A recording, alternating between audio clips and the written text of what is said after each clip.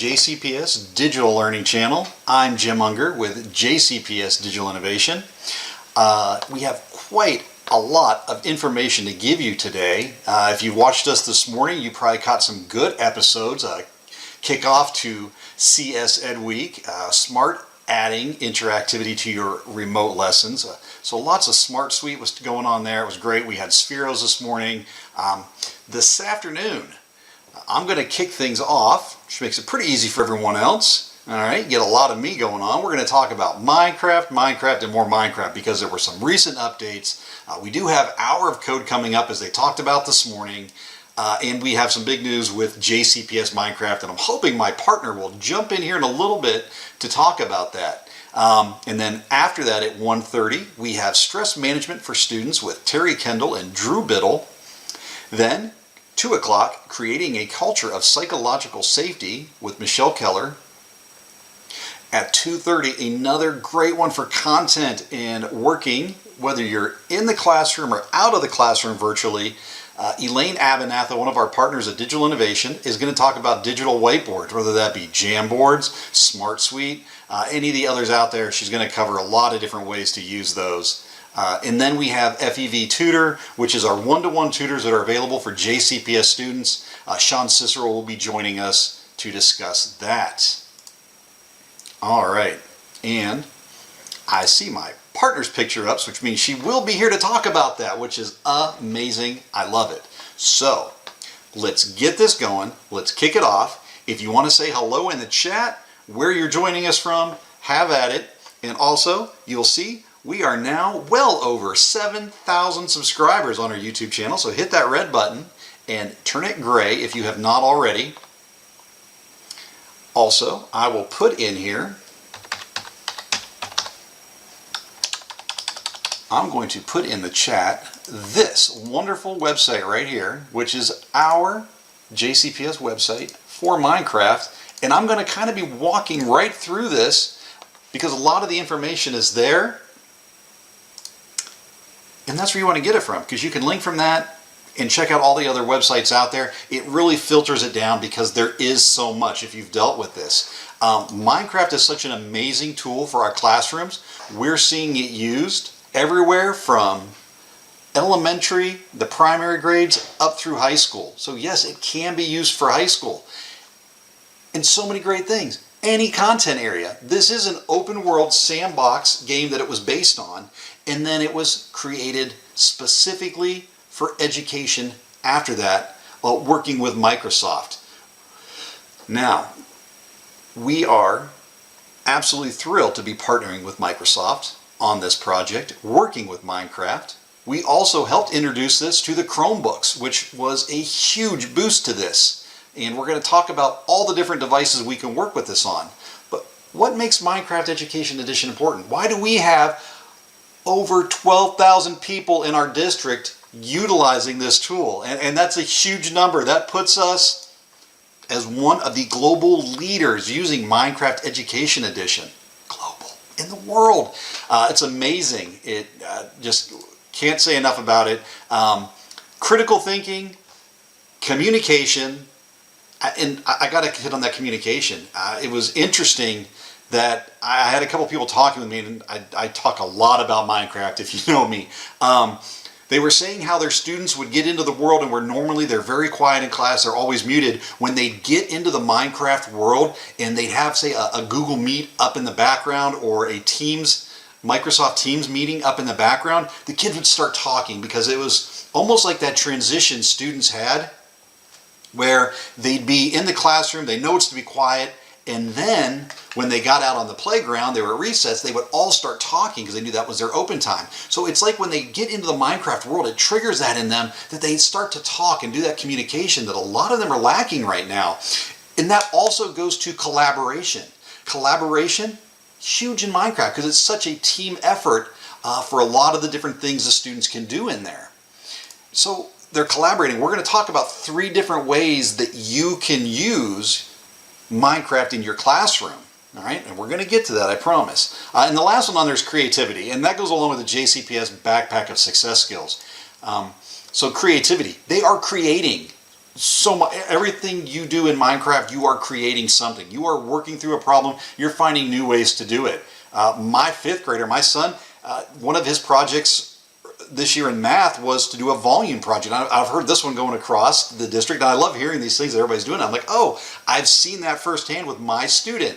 My son worked with the Minecraft Education Edition, doing a volume project, had to do creatures. They had to be a specific number of blocks, and all 4 of the creatures together had to add up to a specific volume. So there was a whole lot of math involved, and the kids are really just having fun doing it. Sometimes they don't even realize the standards they're hitting that the teachers have embedded in those lessons. It's just amazing things going on there. Now, I'm going to jump over very quickly. I'll come back to Connect in a minute. I want to get to the how-to help, and I think this is the page you want. Yeah, this is it. Okay, so on the how-to or the help page on the JCPS Minecraft site, first of all, if you want more elaborate information about explanations about what exactly is Minecraft Education Edition, how can it be used, check out this right here. It's going to take you, if you click on it, and it's going to go to the Microsoft Minecraft Education site, and it will give you just oodles of videos and pictures and articles, and it'll start taking you to the subject kits we're going to get into today. I'm very happy. I have a full hour today. I've been doing this in like 30 minutes, and if you've watched any of the previous episodes, you've seen I've gone through so fast trying to cover everything. We had to stretch this out to an hour because of all the great things going on right now. So this is the Microsoft site, and we'll come back to this a couple times because there is a lot of information on this also. You know, it's almost as good as our JCPS website. But we'll get back there. All right, so and then here's a little piece if you need to see, is this able to be used for remote learning? And you can check that out on here. Once again, they've got videos on that. What's great is, if you don't know, Microsoft is actually coming with a film crew to JCPS next week on Monday and Tuesday to film and create some global media about implementation of Minecraft during distance learning, specifically with JCPS students and teachers. And I hear my partner in the background. That is amazing news, is it not? Amazing news. So excited for JCPS and all of our students. And thanks you to you for getting us these amazing resources and getting all this together for us. We are so lucky to have you. Oh, thank you. All right, and that is Kathleen Receiver, one of my partners with Digital Innovation, my team partner for Zone 2, as it may be.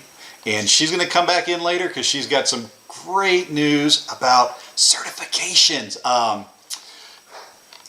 But before we get there, let me jump back to our site. And this page right here, this piece on the how-to page, the help page, is a great piece, and I've copied this and sent this in an email. I will say probably 15 to 20 times a day I send this out to teachers wanting to know, first, either they've had students, they've been working, and suddenly this week they're saying, oh, my students are trying to connect, but they're getting an error that they cannot connect to the world. There's an error saying out of date, something to that nature, and they're getting this problem. That's because there was a big update that came out middle of last week with the Hour of Code update embedded in it. So 2 big things on that was the update itself and that it had Hour of Code lesson already in there for the December Hour of Code. So you can already get in and practice with that. So couple things on here. If you have this installed correctly and you have the correct version 1.14.50, which you can see when you log in, it will be on the bottom right-hand corner of your screen. It'll say version and have it right down there in little letters and numbers for you to know what you have. If you don't have it at all, how can we get it on our device? So, on an iPad, you're going to go to the App Store. All right, that's for your standard iPad, whether that's personal or JCPS. Now, I will say there's one caveat with that. If you are on a managed iPad, if you're at one of the Verizon schools, which we have, 11, I think, Verizon schools currently, those iPads are managed and their IDs are federated, typically you cannot get to the App Store. So someone in your building, the STC, a contact will need to put a ticket in and have it pushed out to the iPads. That's really the only time a ticket is needed, because I know it says up here you do not need it. The only time are those special managed iPads, and then they need the MDM push. If you are on Windows 10 or a Mac operating system like me, you can click on this link right here, all right, and it's embedded in our website, and it will take you, and you can download the Windows version, the Apple Mac version. Now, I will say there's a link on here for Chromebook. Please do not use that link, all right? You do not want to go there. We have something very special as far as Chromebooks go, all right? So, Windows version, Mac version, use that, all right? Now, if you are on a Chromebook, now this is very important. If you're on a Chromebook, you're on, whether it's a personal Chromebook, because I had a Chromebook at our house and I just logged my son onto it, and when you log in with JCPS credentials, it basically lets JCPS manage it. It takes over, puts all of the filters on there, puts all of the little icons and apps on there that are needed for students. What this does is it also overrides the Play Store and makes it a managed Play Store. So that's important. They actually have to log into the device with their JCPS credentials, or this will not be available. Because if you know Minecraft, it is an application you have to pay for, and especially Minecraft Education Edition. However, as a district, we have a Microsoft account that gives us access to Minecraft. But of course, you have to be logged in. So when you log in with that and you go to the Play Store, there's only going to be, and this is another thing, when you're on a Chromebook, you're in the right Play Store. Don't go into the Chrome browser on the Chromebook and go to the web-based Play Store. That's not going to work for you. You need to go to the bottom of your screen on the tray and find the Play Store. Click on that. When it opens, you'll know you're right if there's only like 2 apps in there that you even have access to. That is definitely the managed Play Store. Because if not, if it shows a whole bunch of things and you can search and look for it, you're not in the right Play Store. The managed Play Store through JCPS is only going to have 2, maybe 3 apps available on that Chromebook. You're going to click on Minecraft and it's going to take you and install that on there. That's also the same way that you're going to update if you're on a Chromebook and it doesn't say 1.14.5 in the bottom right, it says 1.14.3 or something similar. You're going to need to go in there and update. Now, on my computer, I have a Windows machine. This is for the update. So if you've done a clean install, it's new, you're going to be good to go. You're going to have the latest version. But if you're doing that thing where you're hosting and you're having students join and saying, oh, this is out of date or there's a problem with it, you're going to need them to update their device. My computer is a Windows 10 machine. It automatically updates. So there are instructions here because not everybody has automatic updates turned on. What you will need to do is either turn that on, enable it, or uninstall Minecraft. So what's interesting is I've gone through classes in the last week and a half as this has been going on, all right, obviously. And I get in there and the student goes and they go to install and they're like, well, I've got 3 other versions of Minecraft on here. I'm like, is it Minecraft Education? And they look at it and they go, yeah, it's Minecraft Education. So what they've done is they've continued to install the new versions when they come out, but they haven't gotten rid of any of the old ones. So they just have all these on there. And I said, that's really bad for your device. Uninstall the older versions, install the newest version when those are done uninstalling. That way it's as clean as possible. Same with the Mac OS. If it didn't update on its own, I would uninstall it, then reinstall it from that. It's the same link on here. I've just moved it down here for the update. On an iPad, you want to go into your App Store, swipe it down, however you get to it, and say Update Apps, and it should update it. On a Chromebook, once again, you have to be logged in. You have to get to the Managed Play Store app that should be in the bottom tray. Click on it. And when you click on Minecraft inside of that, it should give you the option to either uninstall or update, and you just want to click that update button. When you do and you get that version 1.14.5, you'll be on the latest and greatest version. Now, the important thing is whether this goes into version 2 point whatever, you'll always want to know that you're going to have to update, because if not, different versions of the game world will not be able to talk to each other. So you may be able to bring the world up and say, well, I'm in the world, I can do this and that. Nobody will be able to join and communicate with you because it's two different versions. All right, so be aware.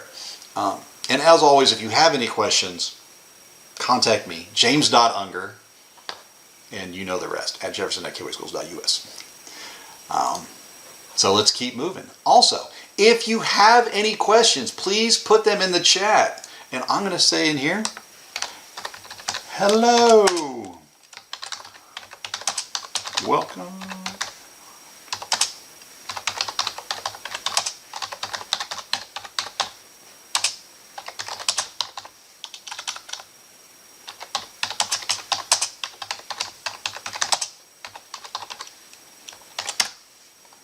All right, there we go. A little message for me in there. I had to type that in, but that's all right. I apologize for that brief pause. If you have questions, put them in the chat. Chat. It's somewhere on there, right? It's on the side, I think. Check that out. Put it on there. Say hi. Tell us what school you're joining from. And if you have any questions, I'm here. I'm live. Let me know what you need to know, and I will try to help you out as we move along. Don't worry about it. I will pause and answer. And hello, Miss Rebecca Reynolds, saying hi in the chat. All right. So moving along. And that would be the biggest issue, is that version when it comes to multiplayer. If you want to get a little bit more in depth, I've also included the Minecraft multiplayer game guide from Microsoft, and it gets extremely in depth in here. It'll get into if you want to host through IP, different things like that, setting it up, things that if you have a personal firewall in your house, which I've never ran into that before, but it tells you sites that you need to whitelist, that it needs access to. All of that's in there. I've never really seen it used, but know that it is there if you want to browse through it. So lots of information. And once again, this is the distilled down version opposed to the Microsoft site, which has all the information. All right, so we got it on there. We have it. Now, what are the kids going to do with it? So I will tell you, before we even jump any further, what I always tell teachers, one, if you can get certified, that's great. Microsoft has, I think it's like 11 modules that you do, and you can get a Microsoft certification. It's a little bit of a task to go through and do them all, but you learn a lot as you go through. The other thing is, if you're like, I just want to jump in, I have it downloaded, before you get your students in there and you're very confused, I highly recommend, and you can watch videos, that's great, but experience it yourself. They added within the last year, it used to be a tutorial world you went into and you worked through. What you can do now is when you go in and log into the game, and I may actually do that in a little bit, log into the game so you can see it. There's a button where you go in, you can join, create a game. There's also, it says how to play. You click on that, it opens up, and it gives you the option to join 11 different worlds by yourself. If any instructions need done, there'll be an NPC in there, which is a non-player character that will give you instructions. And it starts with the basics. World number 1 is basic how to move. Go forward, go backward, left and right, place a block, pick a block up, learning the basics. Really, I am nowhere near as proficient as my 10-year-old. He will run rings around me within Minecraft. All right. We have that knowledge of how to apply it to lessons, how we're using it, what is our intent. The kids are amazing with it.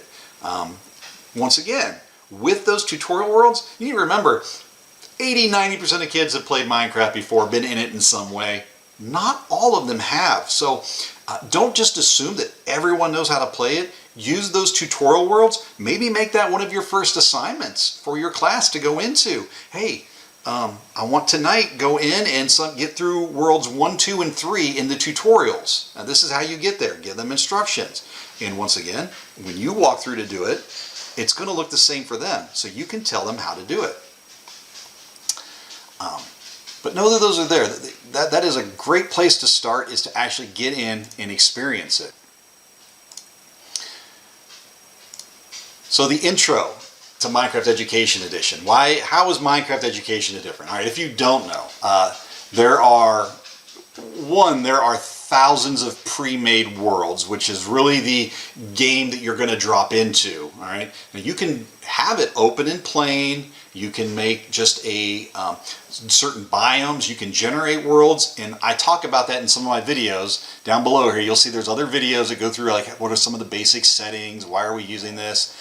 This is a little bit more advanced down here, which is great, is how do you get these worlds out to the kids, because there are different ways, and I will talk about that, but know that these are here. This is on our site.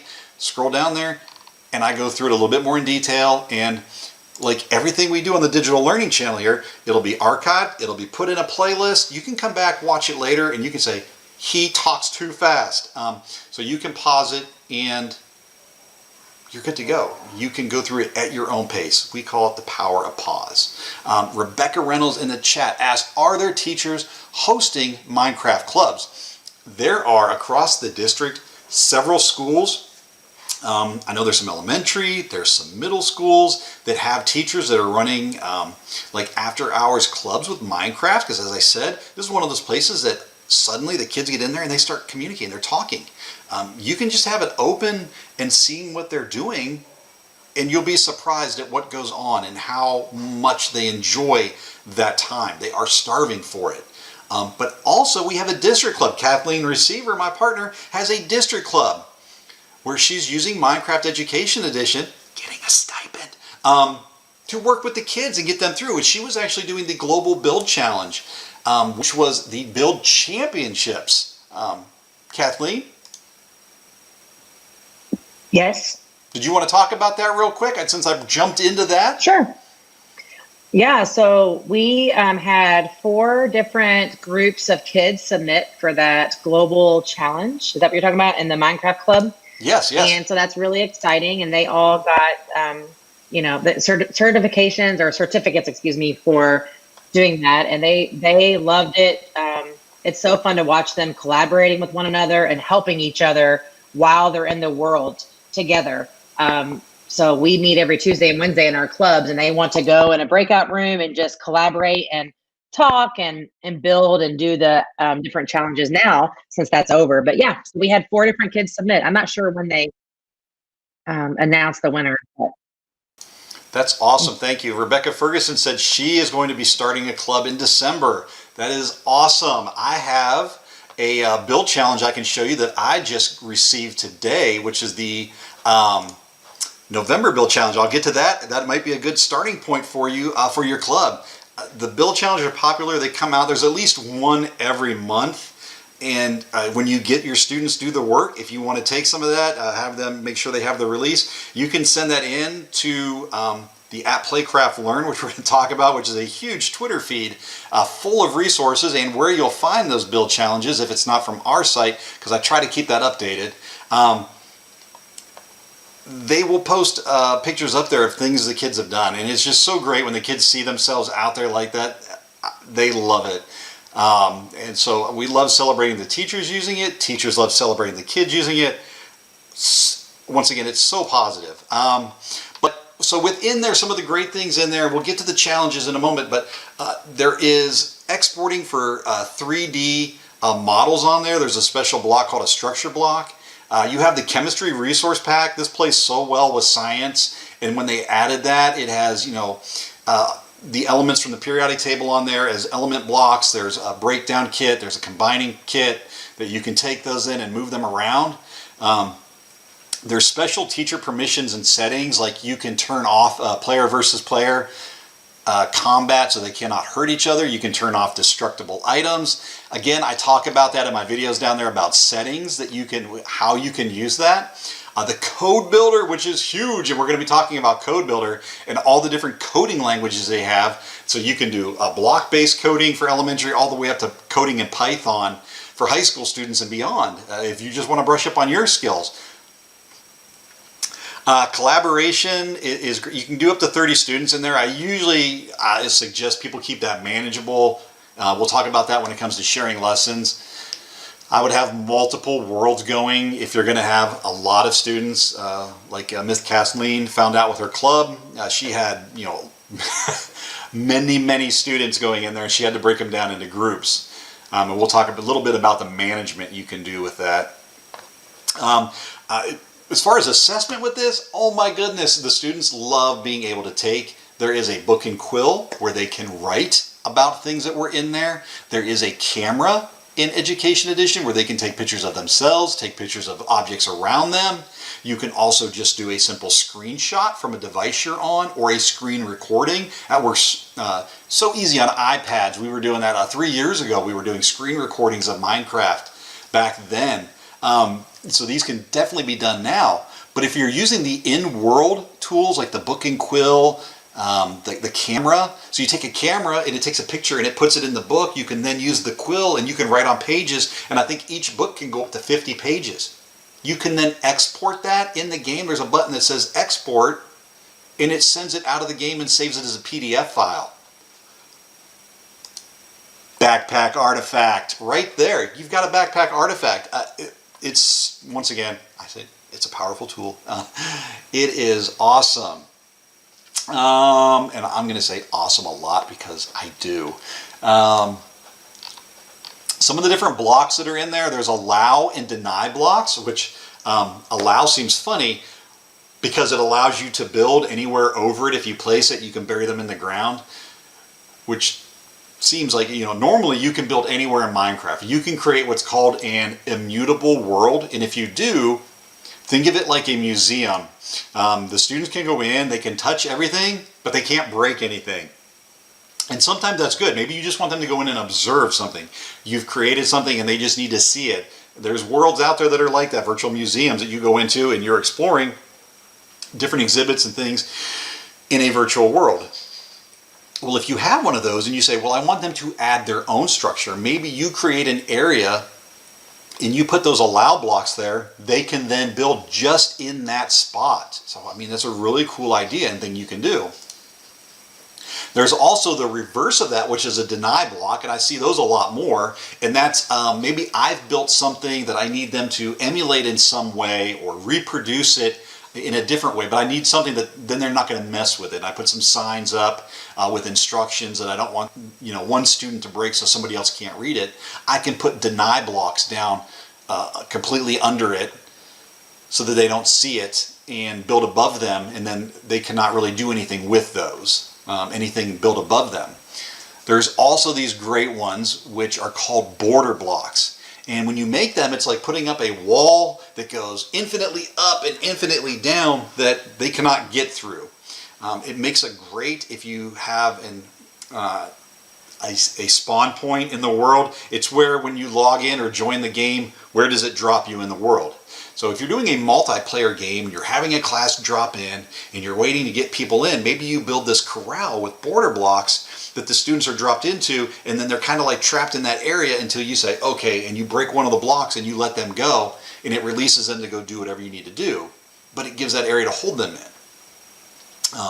There's many different ways you can use it. I know another one of our high school teachers, Glenn Francisco, he has a pre-generated map that he uses because he's built the world and saved it, and then he can reuse it, and it creates like 30 different squared off areas that students can build in. Like I'm assigning you to, you're in this area 1, you're going to be in area 2, you're going to be in area 3. And then once they get in there, they're basically bound inside of that one area. But he can go around and look because they're all in the same game world instead of separating them out. Now, this is very advanced, but I know this is something he loves to share and talk about. So, cool stuff you can do. I will say, as always, the limitations in Minecraft are your imagination. It's incredible. So yeah, and on the Digital Learning Channel, these videos are there. There are a couple other videos that talk about different things. Check out that Minecraft playlist. I put the most important ones for us on here as far as getting, comfortable with Minecraft. There are some application ones, creating artifacts, things like that on the Learning Channel. Check those out. You might get some ideas. Speaking of ideas, and I know I've touched on this a few times, this right here embedded in our site, because that's how important I think it is, I've taken the Twitter feed from @PlayCraftLearn, which is the Minecraft Education Edition, and I put their feed on our page, like right here, Hack the Classroom. If you want to get in on the Hack the Classroom and get in with live speakers from NASA, Xbox, these different, there's a link right here for it. You can get in. It is the 16th, 17th, and 18th, which I do believe, yeah, that would be today was the last day at noon. So that is a little bit past, but if we'd have been up on the feed, we would have seen that, known it was available, got in there and hear these speakers. And that doesn't have to be you. I've been in on some of these live chats. Students are welcome to get on there. Share it with your class. I know there's some classes out there that are they're doing almost everything they do within Minecraft Education Edition. So we see people, they will take and repost people's worlds that they've created, and there'll be links to some of the worlds on there. Designing, building museum exhibits. That's a classic one that's done is, take a museum and you're, like the Fraser History Museum. We want you to duplicate it after you've been there. Make the display, talk about what the displays are for. It gives them a whole thing that this is a huge engagement piece, but look at the writing that you could do after you've used it and you've hooked them and you've got them engaged. Now I want you to explain your learning. I love this. That piece of it's so strong.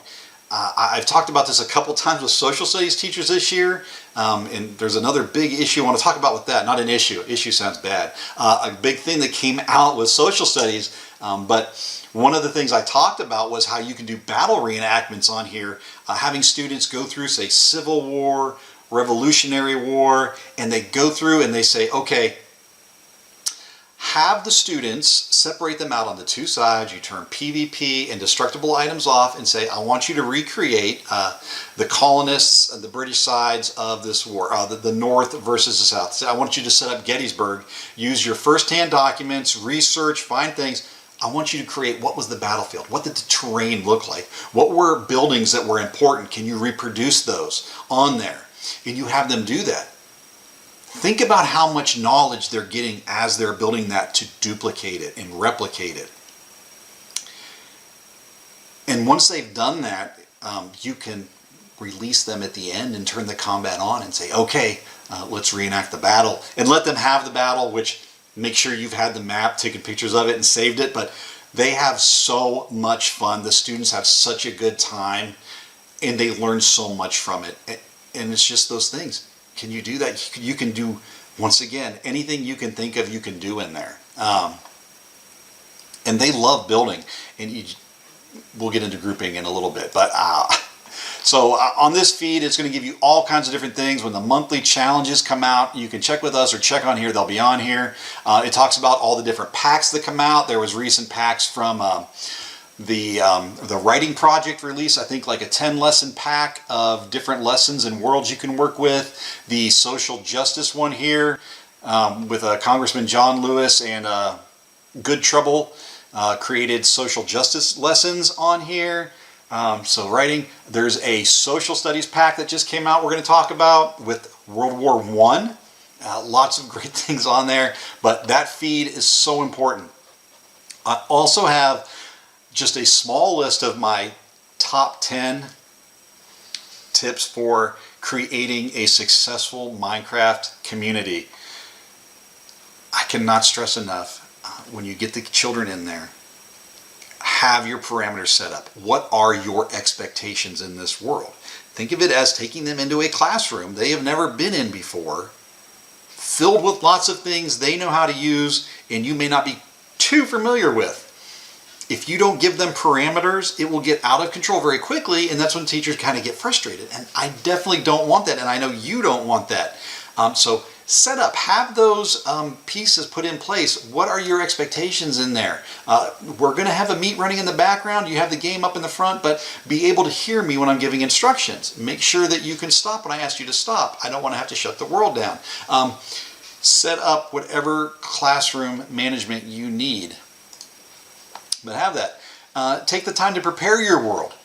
There's going to be lots of worlds that you can get, download, and just send them the world, and they're in it. They can do that solo, or maybe you want everyone in it. Sometimes you get a world and you're going to go, well, I'd really like if this were here, or this did this. You can change those. Just because the World Pack is out there, you get it from the Microsoft website, you download it, you can adjust that world, change whatever you want in it. Whenever you save that world, it's going to save that world file. You can then take that one and send it out instead of sending the original. Once again, a little more advanced, but you can change any of these things. That's what makes it so great. You can make it cater to your needs, your students. Support your online work with offline documentation, instructions, and tasks. So important. This goes right along with having those classroom guidelines. Any work you want to have done, have a Google Doc, a Word doc, whatever it may be that you're using, have something set up that you're asking them to follow along, to fill in when they're done. Where are they getting this information from? Put it in your Google Classroom. All right. This was meant for whether we're in person or out of person. We had I think it was, we peaked at like 9,000 users in a month when we were in the buildings using this. And obviously this tool lends itself perfectly to being out of the classroom, to being at a distance learning, because it is a virtual world. So these same rules apply, these helpful tips. Build unstructured time into your lesson. Much like I said with the combat scenario, give them that time, build it in and say, okay, we're going to take 5-10 minutes at the end of class. You guys have done a great job. We're going to join into this world and, have fun. Maybe give them something general. They always love building tree houses, or who can build roller coaster challenge. That's always a great one too. They love building roller coasters. And once again, you will be amazed at some of the things the students can create. Balance structured activities with choice, choice and voice. Give them all these things.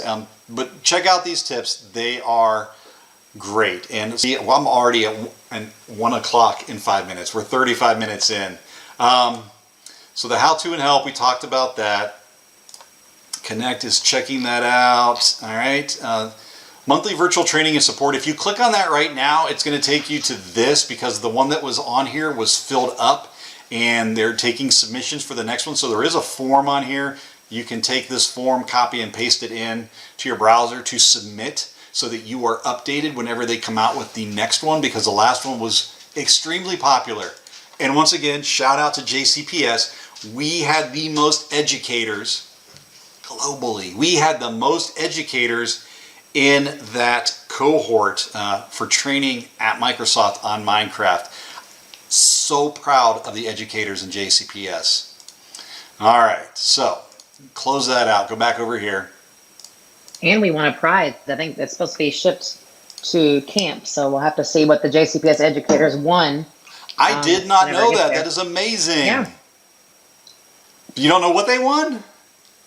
No, they didn't tell us. They didn't tell us what, but we won. I forgot what it was for. Actually, I don't know if it was for the best tweet or whatever. But they're sending all of us a prize to me at Camp Edwards. So I'll make sure we Minecraft swag. That's awesome. See, I said it again. Awesome. I'm going to checklist. All right. So, remote learning webinars. What is Minecraft? How to get it on your devices. Multiplayer. Content ideas. When you click on this page on the website, you will see these ideas. Now, these are ideas. If you go to the Microsoft website, you can go to class resources, hit find worlds or find a lesson, and it's going to take you to the library of all the different worlds, all different grade levels. You can break it down by different content areas that you want to search for. It's craziness. All right, there's so many things there that you can work with. But these ideas here on our website, these came when we did an entire week of Minecraft back in November of last school year. We did a different content area every day. That's what we focused on. And I know a lot of you were part of that. We did, math one day, we did language arts one day throughout the week. What I did was went through and collected the ideas that our teachers had of what you could do. So if you click through this slide, says why this is the only thing on this page, these are ideas from our teacher of what they thought they could get through. Supply and demand is a fun one with the virtual businesses. We had that in high school last year. So fun. That you could accomplish using Minecraft Education Edition. There's science on here. There's business-related arts. Reading, language skills are on here. There is a communication tool where it goes in and it will convert. If you have an NPC that has text in it, they can convert that text to all the different languages in the Microsoft language conversion tool. It is amazing. Check that out. Now, resources. Oh my goodness. This is such a good page. I just updated this morning. Know that this is here. This is all of the good information that I get from my connections over at Microsoft. So first on here, and I haven't even seen it posted on Twitter yet, is the November Build Challenge, Indigenous Stories. Click on this, it will take you to it. You're wanting to start that club, this will be a great one to kick it off with. Research a story told by Aboriginal people of your region. Remember, Minecraft is not just in the US, this is global. So when these go out, they are suited to everyone in the world to be using. All right? So that's the first thing on there is a November Build Challenge. The next one down is the Hour of Code launch, what they were talking about this morning. The Hour of Code this year, which, by the way, much like the Chromebook beta testing, guess who one of the districts was that beta tested Hour of Code.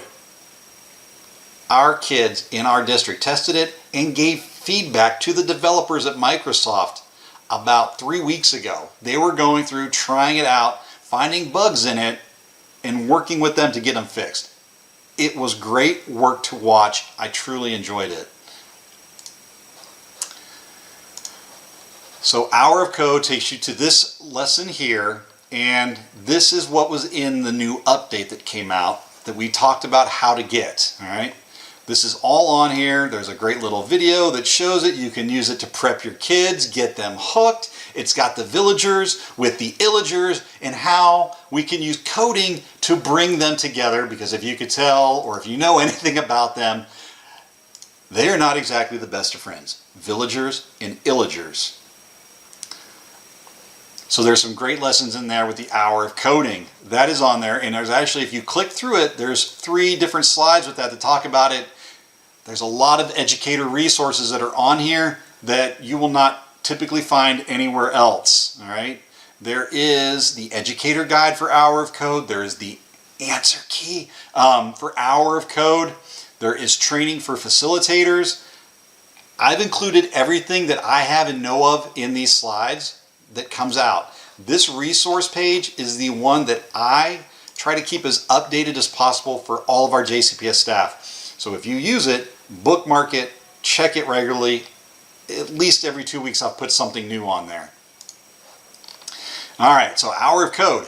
Coding fundamentals. There are over 150 hours of coding just with Minecraft Education Edition. All right, and that's if you could blaze through it, it'd be 150 hours. It goes from blockchain coding with different worlds up through using Python. I think there's 3 or 4 different coding languages that are supported with Minecraft Education Edition. And remember, this is iPads, Chromebooks, Mac devices, and Windows all working together. This is a new one I put on there today. If you have not seen it, my social studies teachers, all right, there is a World War I lesson pack. It is, as you can tell, a fabulous world pack to get you started.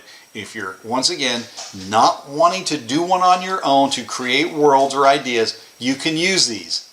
Lesson 1, and it goes through and you click on that and it takes you and talks about lesson 1, lesson 2, and so on.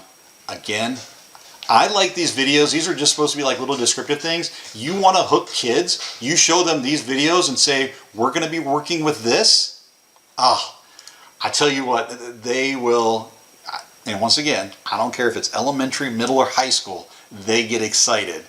It's so funny when I have high school teachers that talk about it. They go, oh, you ever do Minecraft? I thought about it, and I didn't know if it was going to be all right. And then I said something to my kids, and they were like, oh, sweet, I haven't done, and they'll say, well, I haven't been on there in a couple of years, or I haven't used it, in the last, whatever.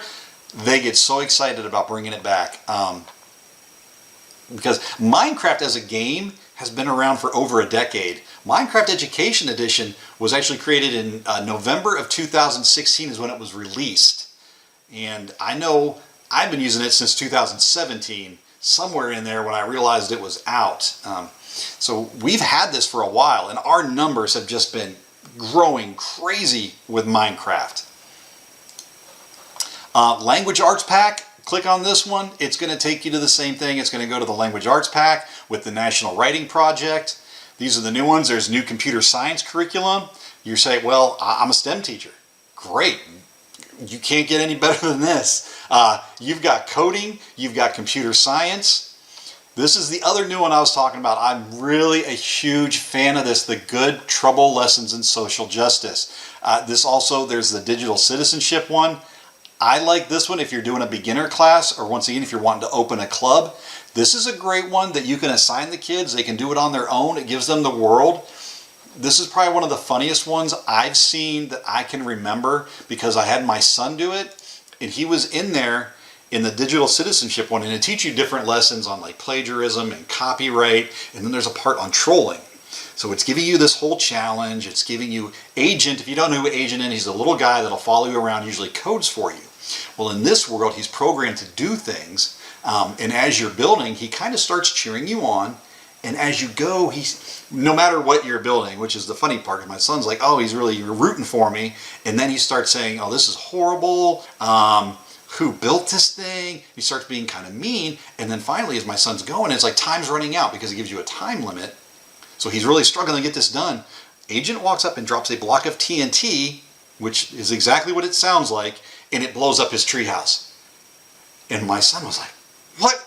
And he thought somehow I was doing something, which I was not. But once that's done, it goes through and it asks, how did this make you feel? What was going on at this point? And it has a lot of questions that the kids are like, oh. Because if you have done this before and you've had a bad experience, it might have been where you've had kids dropping in and doing things to other students' worlds or structures they've built. And it's a pretty good lesson in there on these different pieces. And I just enjoyed it for purely mean reasons. But it was interesting to see that go. And then he did reflect back on it, which was a good piece. And he's like, oh, yeah, I kind of understand that. So all of these pieces are linked right from here. That is the resource page. It is currently the last tab on the JCPS Minecraft website, which if you're in JCPS, you could just type in jcps.me/MEE. We'll get you there. All right. Anywhere else, you can use that link that I've thrown into the chat box, and I'm going to do that one more time before I talk about the new page that's going to be coming to the Minecraft website. And for that, I'm going to need my partner, because this is huge and awesome, and I want to let her talk. Kathleen. Thanks, Jim. So we are launching our first ever Minecraft for Education certification camp. So for any of the teachers out there that want to up your digital agility game, maybe you are certified in Screencastify or maybe Google or Apple, this is another way for you to be able to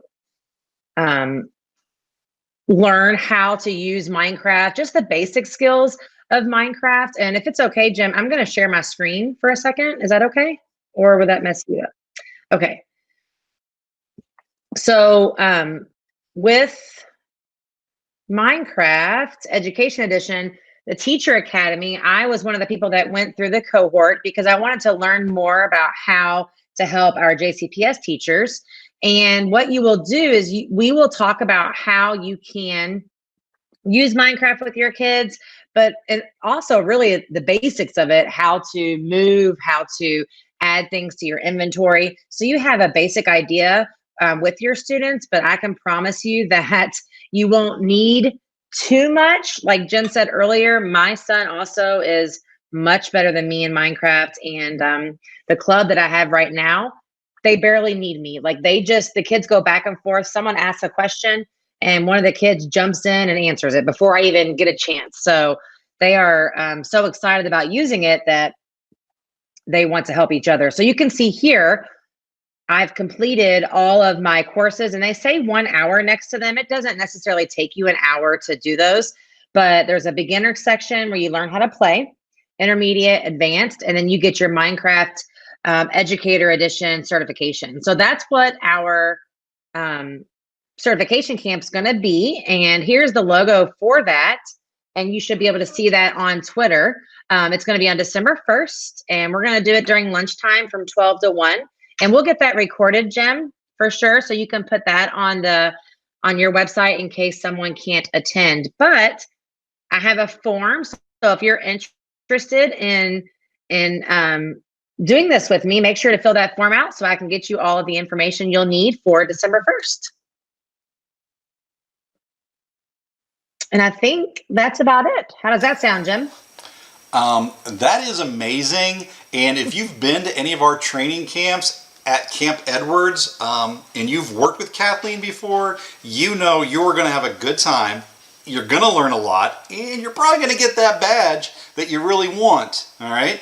We've done Google, we've done Apple, and now we're going to have a Microsoft Minecraft certification. So helpful if you're kind of nervous about it, and that was the biggest thing with Google. I know I did it on my own, and it took me forever to get it right. It's so nice when you have people that come in and help you and walk you through it. And really, what else are you doing right now? Come on, it's a perfect time. Kathleen's an amazing teacher to help us out, and I will certainly be hanging around for that. And it will get added, as I said, I will add it to the website. Right up here, it's going to say Home, Connect, Intro. We're going to have that cohort page on there.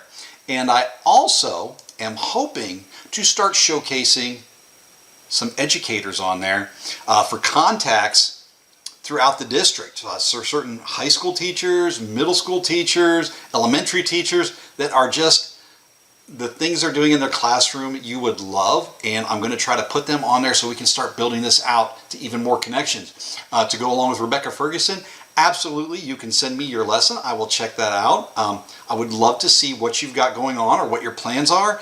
And then I also like dropping in. When you're doing a class, let me know. We can drop in and look at your world and see what's going on. I'll hit in the meet, talk to the kids. We can talk about updating or getting it downloaded to devices. When I have time in between meetings in our schedule, that is so fabulous.